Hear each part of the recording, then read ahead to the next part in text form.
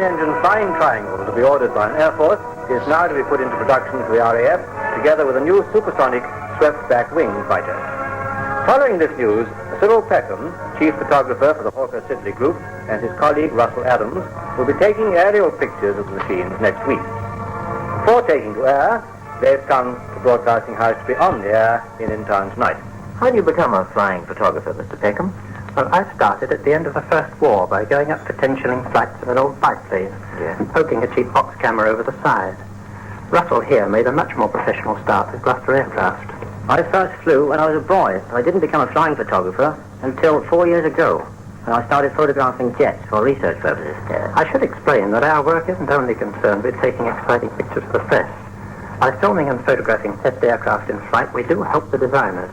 For example, a new machine at high speed can look like a battered cocoa tin in parts, parts which the designers never see in flight. It must be pretty difficult to take pictures at high speed, isn't it? It isn't always easy.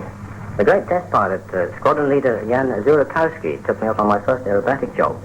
We wanted to photograph meteors looping.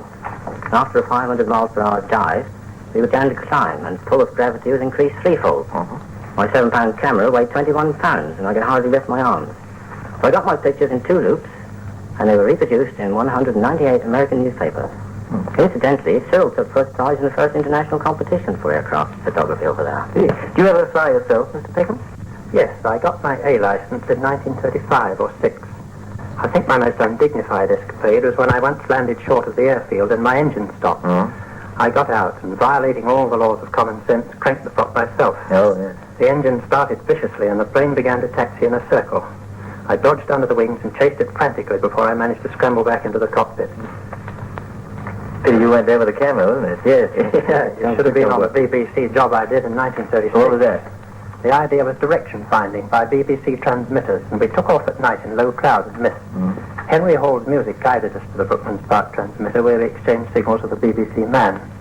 We had arranged to land at Hatfield. It was very dark, and as we came in, a hedge looking like a brick wall leapt into the glare of the headlamp immediately in front of us. My hair stood straight up, but Lord Sempill, who was at the controls, pushed the stick forward with a great presence of mind. We hit the ground violently and bounced just over the hedge, and all was well. Well, I hope you don't have any experiences like that next week. No. We're photographing the Gloucester GA5, that's the Delta Triangle, and the Hawker Hunter at high altitude. We want plenty of hedges and fields, but only as a distant background. Good night. Good night, Cyril Peckham and Russell Adams, and good luck to you. Thank you.